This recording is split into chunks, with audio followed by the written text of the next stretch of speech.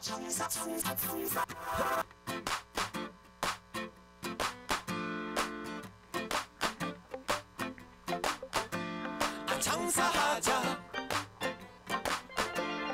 장사하자 장사하자 먹고 살자 오늘도 방실방실 밝은 대한민국의 하늘. 웃음 가득 행복 가득 여기는 야암상가 시장입니다. 저는 보이는 라디오 DJ 우종호입니다. 아무것도 보이지 않는 어두움 속에서 지푸라기라도 잡고 싶습니다. 알라 하나님 부처님이여 장사하자.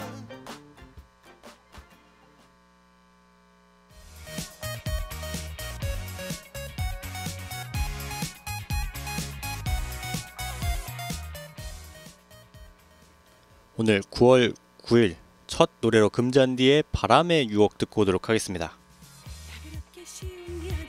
9월 9일 수요일 첫 노래로 금잔디의 바람의 유혹을 시작으로 한번 문을 열어봤습니다.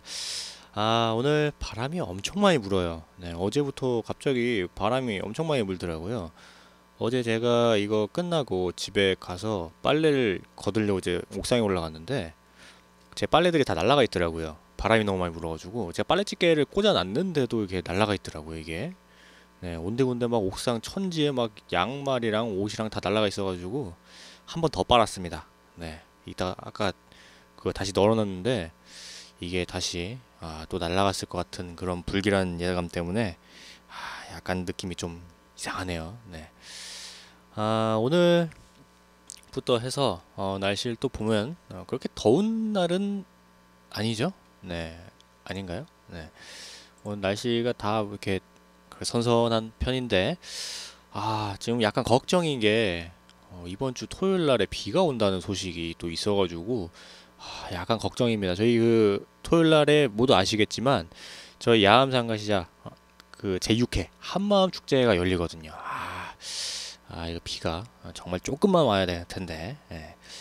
여기 그 예보에는 이제 조금만 온다고 돼 있는데 정말 조금만 오거나 아예 안 왔으면 좋겠습니다. 네.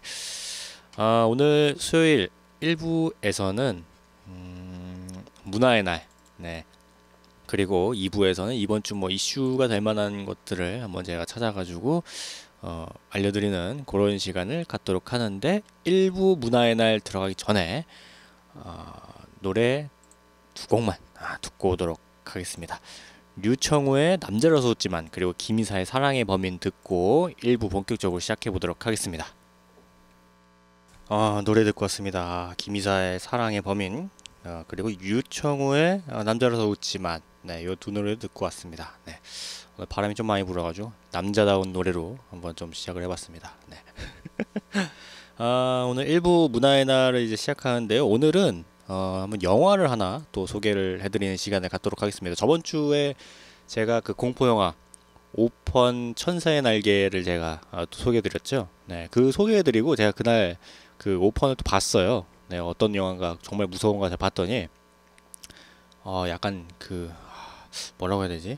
그 약간 스릴러인데 막 그 귀신 나오거나 그러진 않거든요. 네, 귀신 나오진 않는데 이게 약간 좀 그 무섭게 만드는 분위기가 있습니다. 그게. 네, 그 마지막에 반전이 굉장히 충격적이에요. 네, 못 보신 분들은 꼭 보시길 추천드립니다. 네. 오늘 소개해드릴 영화는 크리스토퍼 파라티 감독의 코러스라는 영화입니다. 이 영화가 어떤 거냐면 약간 그 음악 영화인데 뭔가 되게 감동적인 그런 음악 영화입니다. 네. 일단은 이제 이 줄거리를 제가 알려드리면은 유명 지휘자가 되어서 세계를 무대로 활발한 연주 활동을 벌이고 있는 모항주라는 사람이 나와요.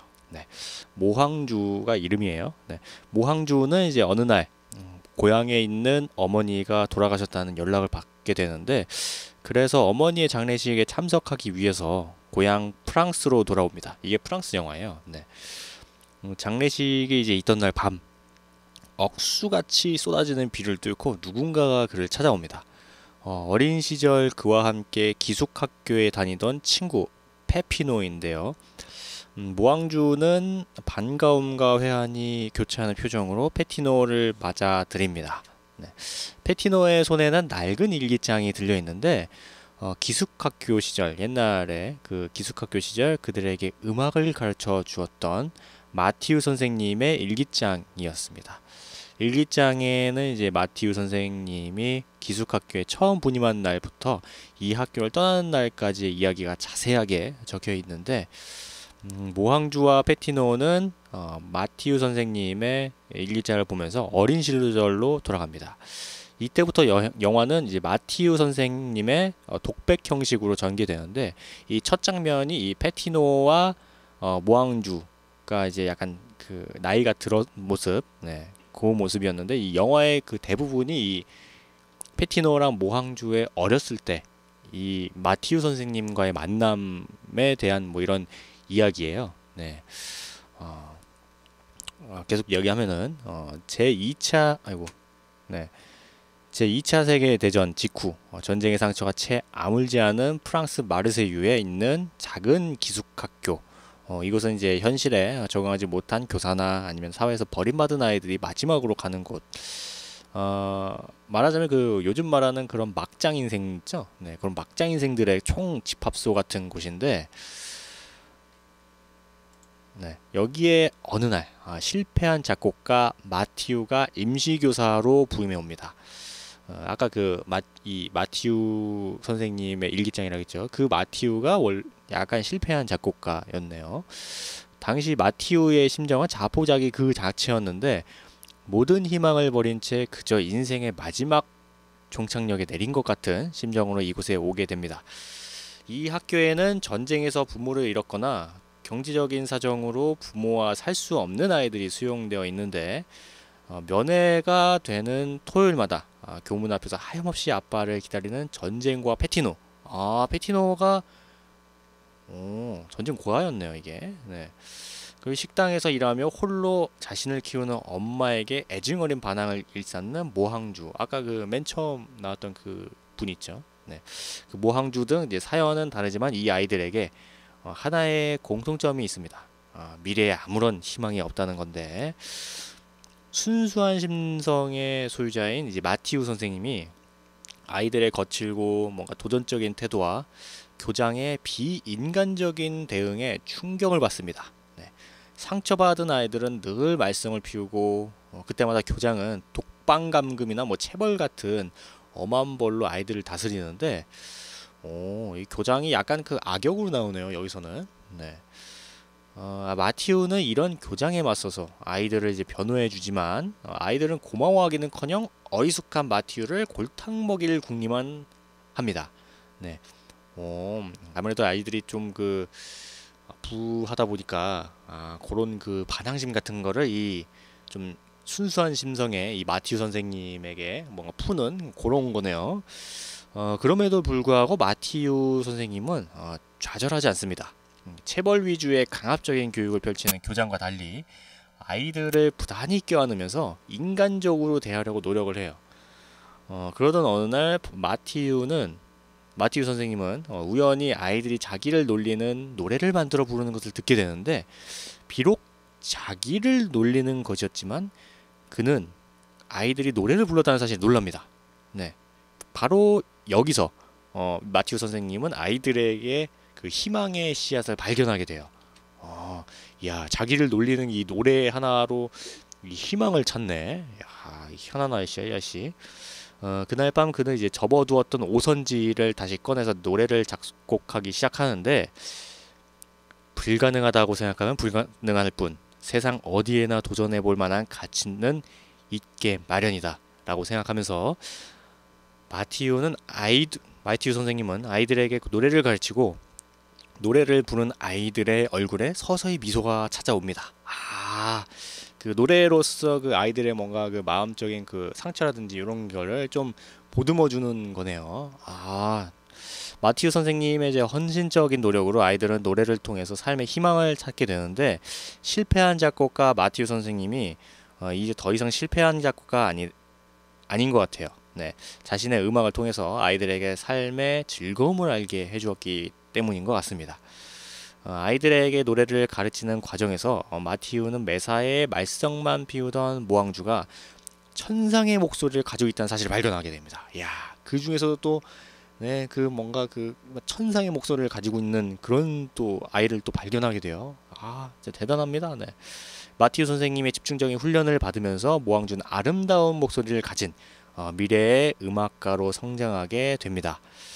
마티우 선생님을 가르친 것은 단순히 노래가 아니었는데 인간에 대한 사랑이나 아니면 뭐 미래에 대한 희망 이런 것까지 같이 가르쳤던 겁니다. 토요일마다 아빠를 기다리던 꼬마 페티노는 마티우 선생님에게서 따뜻한 아빠의 사랑을 느끼게 되고 반항하였던 모항주는 홀로 자신을 키우기 위해 고생하는 엄마에게 고마움을 느낄 줄 아는 성숙한 소년으로 거듭납니다. 야, 이게 감동적이 있네. 감동이 있네. 약간 그런 네. 이쯤에서 노래 듣고 오도록 하겠습니다. 약간 소름 돋았어 이거. 네. 요시다 미오의 행여나 그리고 박성훈의 돌아가 이지민의 바람개비 듣고 이 영화 코러스에 대해서 계속 이야기해 보도록 하겠습니다. 노래 듣고 왔습니다. 요시다 미오의 행여나 그리고 박성훈의 돌아가 이지민의 바람개비까지 듣고 왔습니다. 지금 일부 문화의 날 영화 코러스에 대해서 이야기하고 있습니다. 영화 코러스에서 그 마티우 선생님은 죽은 시인 사회에 나오는 키팅 선생님처럼 좋은 스승의 전형을 보여줍니다. 하지만 좋은 스승이 곧 유능한 교사를 의미하는 건 아니잖아요. 네, 마티우 선생님도 같은 경우인데 평소에 아이들을 혹독하게 대했던 교장은 마티우 선생님의 합창단이 사람들의 주목을 받게 되자 자신의 입신 출세를 위해서 이를 이용하게 됩니다. 네, 후원자들에게 더 많은 돈을 뜯어내는 것은 물론 이렇게 훌륭한 합창단을 키운 장본인으로 스스로를 축혀 세우기도 합니다.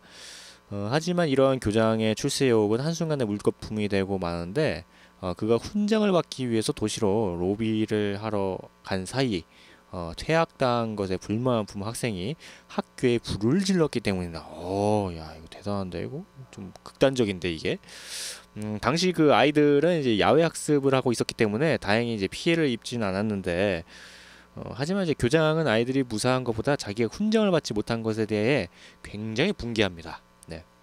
그리고 이 일에 대한 책임을 물어서 이 마티우 선생님을 파면하게 됩니다. 아니 뭐 이런 사람이 다 있어. 네. 결국 이제 마티우 선생님이 학교를 떠나게 되는데 그를 태운 버스가 막 떠나려고 할 때 꼬마 페티노가 달려와서 자기를 데려가 달라고 막 떼쓰고 막 그럽니다. 이제 마티우 선생님은 처음에는 안 된다고 하지만 물끄러미 서서 떠나는 버스를 바라보는 페티노를 보면서 마음이 흔들리게 되고 결국에는 마티우 선생님은 페티노를 데리고 떠나게 됩니다. 코러스라는 제목이 시사하는 바와 같이 이 영화에는 이제 음악이 굉장히 많이 나오는데 그 중에서도 가장 감동적인 곡은 바로 그 시대 프랑스 작곡가 장 필립 라모가 작곡한 오 밤이여입니다.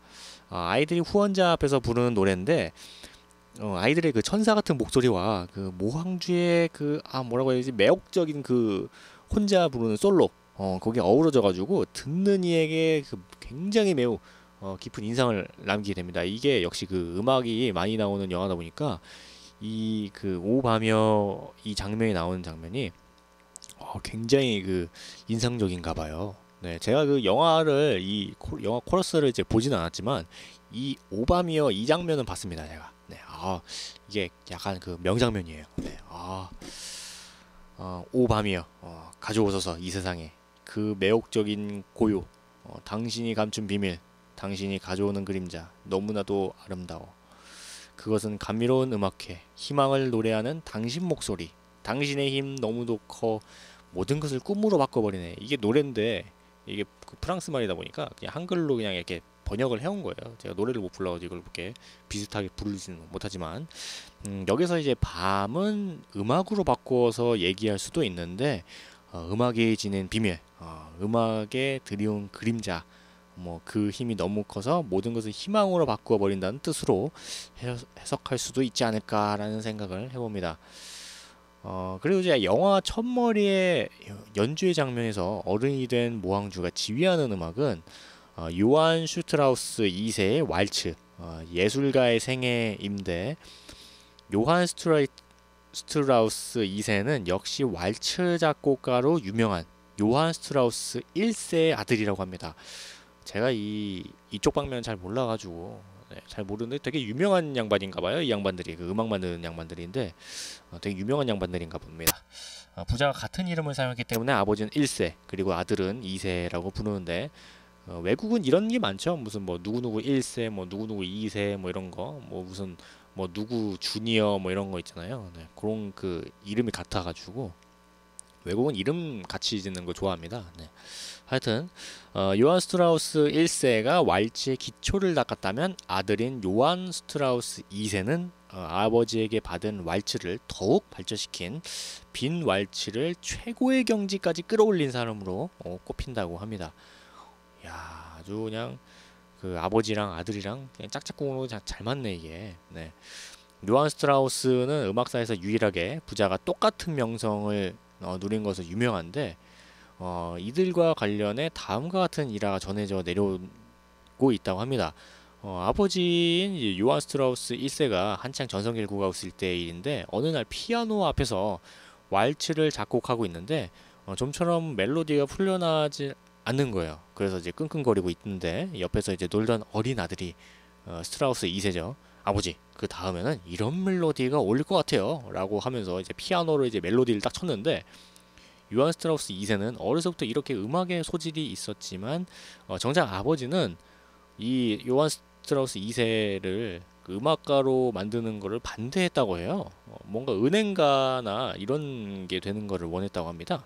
하지만 음악가의 꿈을 포기할 수 없었던 그 스트라우스 2세가 아버지 몰래 아버지 악단의 제1 바이올린 주자에게 바이올린을 배웠는데 그러다 바이올린 연습하는 것을 아버지에게 들켜서 심하게 매를 맞기도 했다고 해요.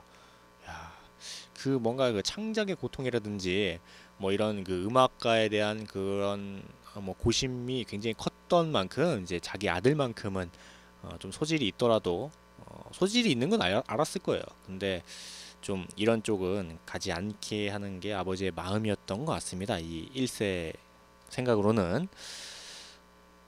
그러는 어느 날 아버지가 다른 여자와 바람이 나서 집을 나가 버렸는데 그 덕분에 아들은 이제 어머니의 전폭적인 지원 아래 마음껏 음악에 몰두할 수 있었다고 합니다. 야, 이것도 굉장히 스펙타클한 집안이네요 이게. 그 후 당대 유명한 그 선생님들에게 이제 대위법이나 뭐 화성악, 뭐 바이올린을 배운 그는 이제 빈에서 이제 전문 연주자로 공연할 수 있는 자격증까지 얻었는데 그리고 이 연주자들을 모집해서 자신의 작은 오케스트라를 또 만들었습니다. 네, 하지만 처음에 활동은 쉽지 않았는데 아들이 음악가가 되는 것을 반대한 그 스트라우스 1세 있죠. 네, 그 양반이 또 방해를 했어요. 너 음악하면 안 된다. 그러면 안 된다고 하면서 은근히 이렇게 방해를 했습니다. 그런데 이제 스트라우스는 이제 빈 근처 힐층에 있는 돈 마이어 카지노 책임자를 설득해서 연주할 수 있는 기회를 따냈는데 1844년 10월 돈 마이어에서 데뷔 연주회를 가졌는데 결과가 굉장히 대성공이었다고 합니다. 비평가와 언론으로부터 아버지의 명성이 그 아들에게 이어졌다고 막 대찬사를 보내고 막 그랬다고 합니다. 네.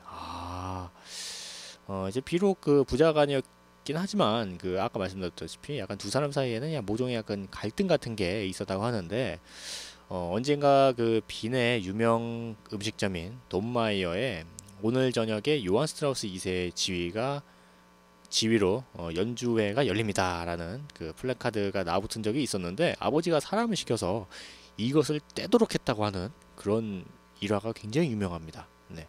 하지만 이런 아버지의 방해에도 불구하고 연주회는 성공적으로 끝났고 다음날 그 신문에는 이제 빈은 같은 이름을 가진 두 사람의 음악가를 갖게 되었다라고 하면서 대서특필을 했다고 합니다. 아주 정말 사람의 그 능력이 정말 출중하면은 이게 아무리 뭐 겉에서 방해를 해도 이게 안 되나 봐요. 네. 요한 스트라우스 2세는 생전에 500여 곡의 왈츠를 작곡했는데 와, 이 양반도 천재구만. 빈왈츠의 전성시대를 연 작곡가입니다. 아름답고 푸른 도나우, 뭐 봄의 소리, 빈 숲 속의 이야기, 예술가의 생애, 남국의 장미, 황제 등 유명한 왈츠곡이 모두 그의 작품인데 이 중에서도 예술가의 생애는 평생 예술가의 길을 걸었던 아버지 혹은 자기 자신의 삶을 그린 것이 아닌가라는 추측을 들게 한다고 합니다. 네, 사실 그 뭐 보통 사람이 이런 노래를 들으면 이 노래를 들으면 이게 왈츠니까 이게, 이게 무슨 말을 하는가 이게 잘 몰라요. 근데 뭐 전문가에 들으면은 약간 그런 느낌이 있나 봅니다. 네.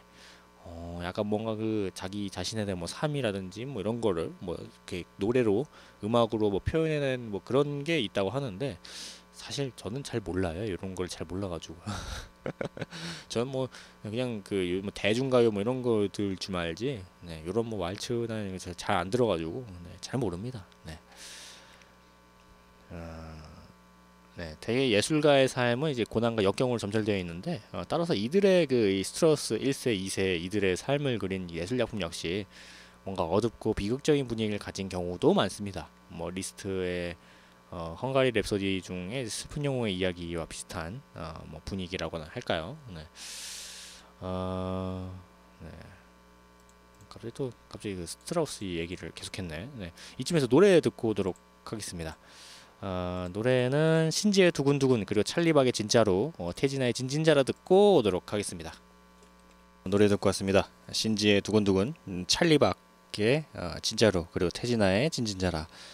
찰리박이 그 신화의 전진 씨의 아버지죠. 네. 네. 네. 일부 그 문화의 날 영화 코러스에 대해서 이야기를 했는데요. 요한 스트라우스의 예술가의 생애에는 어떤 고난과 역경의 흔적도 찾을 수가 없는데 그저 뭐 아름답고 뭐 이렇게 경쾌한 여러 개의 뭐 왈츠 멜로디가 끊임없이 연속해서 나오는 것 뿐인데 본래 왈츠라는 장르 자체가 심각함과는 거리가 먼 것이지만 요한 스트라우스 자신의 그 예술가로서의 삶이 바로 이런 것이 아니었을까 하는 생각을 또 갖게 됩니다. 아버지의 반대와 질투 등 약간의 어려움이 있었지만 다른 예술가들과 비교하면 이것은 약간 역경 축에도 들지 못한다고 할 수도 있겠죠. 네. 요한 스트라우스는 왈츠의 황제라는 별명을 불리면서 평생 작곡가로 승승장구했는데 그렇게 기가 묘사한 예술가의 생애가 그렇게 밝고 경쾌할 수밖에 없는 것인 것 같습니다. 영화의 첫 장면에서 이 곡을 지휘하는 이제 모항주가 요한 스트라우스와는 달리 음악가로 성공하기 위해 온갖 고난과 역경을 감내해야만 했는데 그리고 그 결과가 이제 그 어두운 터널을 빠져나와서 환한 태양 앞에 우뚝 서게 됩니다. 역경은 뭐 끝났다 뭐 이런 건데 요한 스트라우스의 삶에 내려졌던 하늘의 축복이 이제 모항주에게도 함께 하기를 한번 여기에 보겠습니다. 그의 손끝에서 흘러나오는 예술가의 생애를 들으며 살짝 이런 바람을 가져봅니다. 이 영화 코러스가 그 학교에서 이게 학생들한테 가끔 보여준대요. 이게 선생님들이 그 보시고 와 이거 우리 학생들한테 보여주면 참 좋겠다 해가지고 이거를 이제 학생들한테 많이 보여준다고 합니다. 제 그 아는 지인들한테도 한번 물어봤는데 이 영화 코러스를 학교에서 가끔 보여준다고 합니다. 네. 이게 뭐 음악 시간이라든지 아니면 뭐 다른 그 왜 학기 끝날 때 뭐 중학교 3학년 뭐 겨울 방학 때쯤 뭐 이럴 때 있잖아요. 거의 그 학교가 끝날 때쯤 그때 이제 영화 보여줄 때 이런 뭐 영화 코러스라든지 뭐 이런 걸 보여주는데 이게 굉장히 여운이 긴다고 합니다. 그런 그 영화 보면은 왜 그런 거 있잖아요. 영화 딱 보고 끝났는데 그 엔딩 크레딧 뭐 이렇게 막 뭐 만든 사람이나 뭐 나온 사람들 그 이름 올라가는 거 있죠. 마지막에 영화 끝나고 그거 올라가는데 뭔가 그 막 아련하게 되게 그 뭔가 여운이 남는 그런 영화들이 있어요. 네, 그 영화가 그 영화 중에 하나가 이 영화 코러스인 것 같습니다. 네, 혹시 못 보신 분들은 이 코러스 꼭 보시길 추천드립니다. 이게 그 뭔가 아이들이나 아니면 이제 가족끼리 같이 봐도 정말 좋은 영화인 것 같아요. 네, 저도 아직 안 봤지만 조만간 이 코러스를 한번 봐야 될 것 같습니다. 이게 얼마나 그 여운이 남는지 또 한번 저 보고 싶네요. 네. 벌써 이야기 하다 보니까 1부가 끝날 시간이 다 됐습니다. 네. 시간이 금방금방 가요. 네. 아직도 그 바람이 많이 부는 것 같네요, 바깥에. 네. 내가 빨래 날라가면 어떡하지, 이거? 큰일이네. 역시 1부에서 2부 넘어가는 요거 샤이. 네, 저희 야암상가시장 노래교실 노래를 또 틀어드려야겠죠. 네. 유연상의 꽃비, 현당의 껄껄껄, 남진의 내 나이 50, 60, 유진아의 내 사랑아, 왕소연의 당신을 사랑합니다, 노사연의 바램, 조은성의 곰배령까지 총 7곡을 듣고 2부 시작하도록 하겠습니다. 이제 책 안 찾으셔도 되나? 네, 이제 슬슬 책 안 찾으셔도 이게 그 맨 처음 배웠던 것들은 하실 수 있지 않을까요? 네. 괜한 생각을 했던 것 같습니다. 네. 유연상의 고삐부터 듣고 7곡 듣고 2부 시작해 보도록 하겠습니다.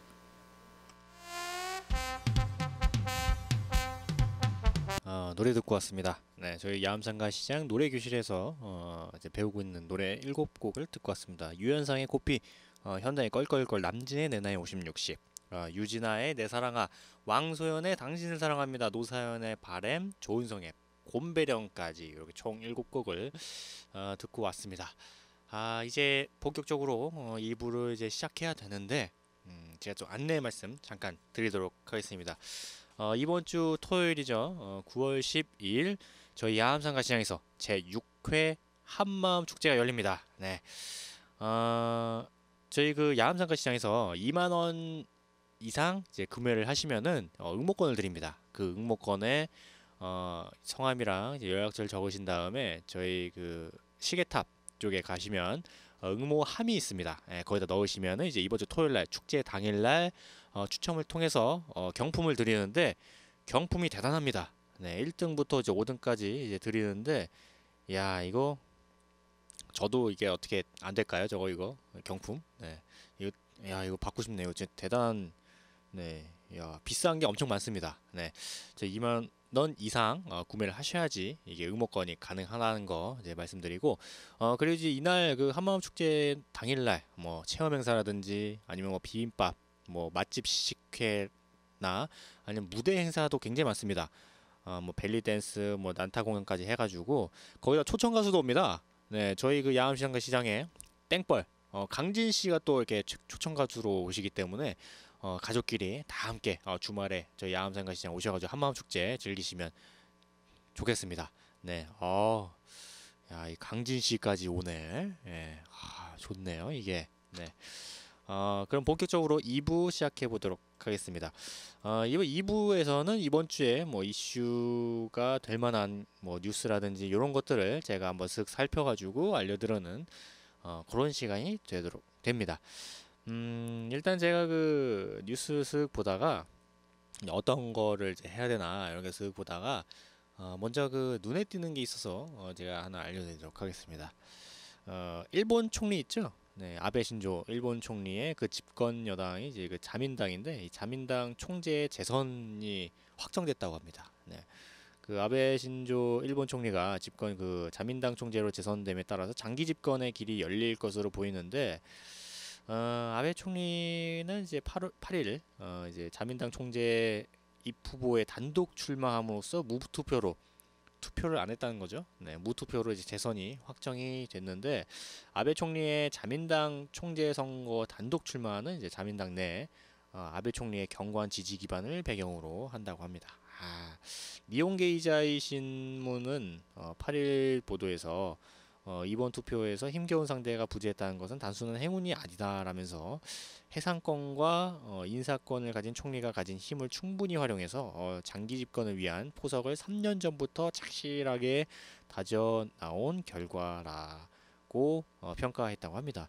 무투표 재선은 이제 아베 총리의 주도 면밀한 준비 과정에 따른 결과인데, 자민당 그 총재 자리를 두고 아베 총리의 대항마로 뽑힌 그 노다 세이코 전 자민당 총무회장이 이날 오전 8시에 기자회견을 갖고 자민당 총재 불출마 의사를 밝혔어요. 네, 그러니까 이제 당연히 뭐 이렇게 나온 사람 자체가 없으니까 이제 이 아베 총리 이 양반이 이제 총재 자리를 그냥 무혈 입성을 하게 된 겁니다.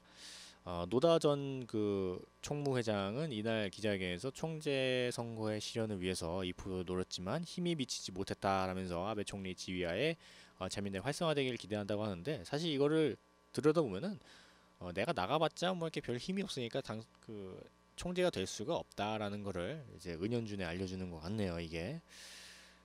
네. 한편 이제 그 아베 총리는 이제 8월 오전에 이프 신청에 앞서서 도쿄 국회 인근의 이제 한 호텔에서 열린 출장식에서 틀림없이 일자리도 수입도 이제 향상되고 있다. 이제 경제의 선순환을 따라서 전국 방방곡곡에서 경기를 체감해서 이제 디플레이션을 타개하고 미래를 향해서 경제를 성장시킬 것이다. 지방 생성, 뭐 저출산 고령화, 외교 등에도 노력을 기울이고 있다. 여러분의 지원에 힘입어서 결과를 내 책임을 다하겠다. 뭐 이런 뭐 결의를 뭐 다졌는데, 뭐 아베 총리는 자민당 총재직 재선에 힘입어서 안보 법안의 뭐 성립에 전력을 다하고 경제 재건을 비롯한 과제에 힘을 다할 것이라고 지지통신은 설명했는데, 아베 총리가 그 자민당 총재직 재선으로 장기 집권이 가능해질 것으로 보입니다. 네.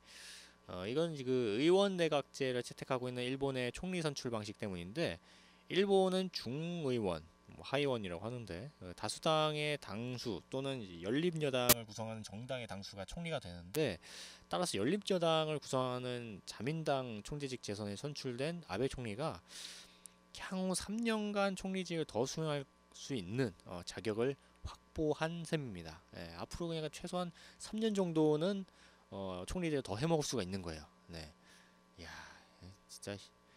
네.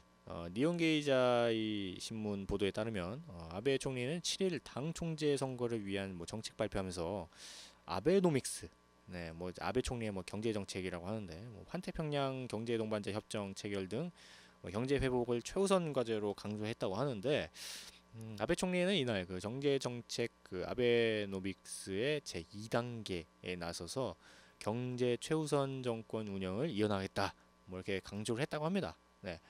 또 성장 전략의 기둥으로서 뭐 중소기업 대책이라든지 농업 정책, 뭐 지방 생성 등의 정책을 강조하고 황태평양 경제 동반자 협정 체결에 대한 의지도 보였다고 니혼게이자의 신문이 전했다고 합니다. 현재 참여해서 계류 중인 그 안보 관련 법안에 이번 국회 성립에도 박차를 가할 것으로 보이는데, 헌법 개헌도 추진될 것으로 예측이 됩니다. 이 아베 총리가. 네. 아베 총리는 이제 헌법 개정에 대해서 시대가 요구하는 헌법으로 개정을 목표로 국민적인 뭐 논의를 거듭하겠다, 뭐 이렇게 말을 했는데, 이건 뭐 잘 모르겠어요. 네, 이거는 네, 참, 네. 자민당 통제 그 선거 교시 후에 이 후보가 한 명뿐이라서 무투표로 재선되기는 1997년 하시모토 류타로 당시 총리 이후에 18년 만이라고 합니다. 좀 됐네 이게.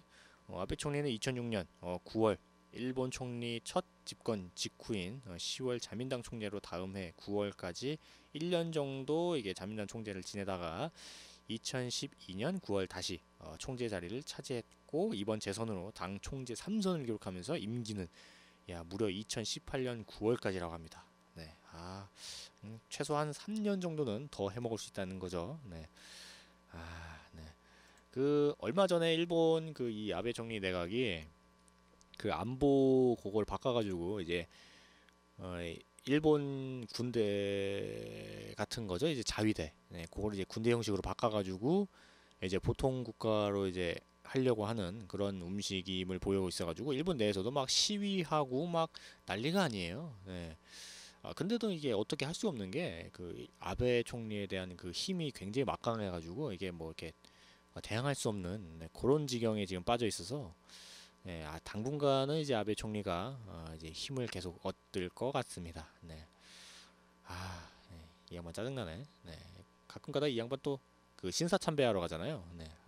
정말 꼴 보기 싫더라고요. 네. 네. 노래 듣고 오도록 하겠습니다. 어디 있나? 노래는 진아유의 오빤용, 연분홍의 못생기게 만들어주세요. 그리고 박노근의 은빛사랑 듣고 이번 주 이슈 계속 이어가도록 하겠습니다. 노래 듣고 왔습니다. 진야유의 오빤용, 그리고 연분홍의 못생기게 만들어주세요. 그리고 박노근의 은빛사랑까지 노래 듣고 왔습니다. 지금 보이는 라디오 2부 이번 주 이슈에 대해서 이야기하고 있습니다. 이번에 또 제가 알려드릴 내용은 그 저번에 왜 그 막 북한 막 포격하고 막 그래가지고 우리 김관진 실장이랑 그 북한의 황병서 아저씨랑 만나가지고 뭐 한 3일 동안 잠도 안 자고 이렇게 회담했잖아요. 네, 그 후속 조치로 그 우리 남북이 또 참 무박 좋아하는 것 같아요. 어제죠? 네, 8일 무박 2일에 마라톤 협상 끝에 추석 계기 이산 가족 상봉에 전격 합의했다고 합니다. 네, 이 양반들은 뭐 만나기만 하면은 잠을 안 자나 봐요. 네, 이게 회담 한번 하면은 이게 유행인가 갑자기. 네, 남북은 이제 7일 이번 달 7일 7일 오전 10시 50분부터 그 판문점 남측 지역 그 평화의 집에서 적십자 실무 접촉을 갖고 밤샘 협상 끝에 이날 오전 협상을 타결지었는데, 남북은 이제 다음 달 20일에서 26일 이 사이에 금강산 면회소에서 추석 계기 이산가족 상봉 행사를 진행하기로 했다고 합니다. 상봉 규모가 남북 각각 한 100명 정도, 그러니까 총 한 200명 정도 되죠. 이 정도 되는데, 이번 합의에 따라서 대한적십자사는 곧바로 상봉 준비에 착수할 예정이라고 합니다. 이산가족 상봉 대상자가 추첨을 통해서 5배수를 선발한 뒤 최종적으로 결정하게 되는데, 앞서 그 남북은 협상에서 이산가족 상봉 시기 등을 놓고 팽팽하게 대립했던 것으로 전해졌습니다. 우리 측은 북한이 노동당 창건 70주년인 다음 달 11일 전후에서 장거리 로켓을 발사할 가능성을 우려해서 이달 말이나 뭐 다음 달 초를 주장한 반면에, 북한은 노동당 창건 행사 준비를 이유로 창건일 이후에 상봉하자고 주장했던 것으로 알려집니다. 요것 때문에 잠도 안 자고 그렇게 협상을 했나 봐요. 네. 그래서 이제 남과 북은 이제 합의를 했는데, 이제 추석 계기로 또 이렇게 오랜만에 정말 그 이산가족 그 상봉만 생각하면 정말 눈물이 앞으로 갑니다. 네. 왜 가족이 있는지 만나지 못하고, 네. 정말 네. 그 아무쪼 이번에 또 만나가지고 또 그 선정되셔서 그 금강산에서 이번에 또 이산가족 그 만나시는 분들은 또 좀 회포 좀 많이 풀었으면 좋겠습니다. 네. 그럼 막간을 이용해서 하나 해드릴까요? 그 이번에 지금 저희 야암상가 시장을 찾아주신 시민 여러분 잘 들으셔야 됩니다. 그 시민 여러분들 중에 2만 원 이상 구매하신 분들 선착순으로 저희 보이는 라디오로 오시면은 제가 현금을 사용할 수 있는 상품권을 드리도록 하겠습니다. 오늘 상품권을 드리도록 하겠습니다. 2만 원 이상 그 구매하신 뭐 이게 영수증이라든지 아니면 그 뭐 사신 거를 저한테 보여주셔야지 드립니다. 네, 선착순으로 저희 보이는 라디오 쪽으로 오시면은 제가 현금으로 사용할 수 있는 오늘 상품권을 선착순 한 명에게 드리도록 하겠습니다. 이 노래가 끝날 때까지 오셔야 됩니다. 네. 조화도의 자방고등어 그리고 금동아의 사랑하고 싶은 여인 듣고 오도록 하겠습니다. 빨리 오세요. 네, 노래 듣고 왔습니다. 네, 조화도의 자방고등어 그리고 금동아의 사랑하고 싶은 여인 듣고 왔는데, 네, 아직 오신 분이 없네요. 네, 네. 그 오늘 1부에서는 네, 문화의 날, 네, 영화 코러스에 대해서 이야기를 했고, 2부에서는 이제 이번 주 이슈, 뭐 이렇게 아베 총리라든지 뭐 이게 남북 그 이산가족 이번에 합의된 거에 대해서 이야기를 해드렸는데, 또 오늘 월요일, 수요일, 금요일은 또 제 방송이 끝난 다음에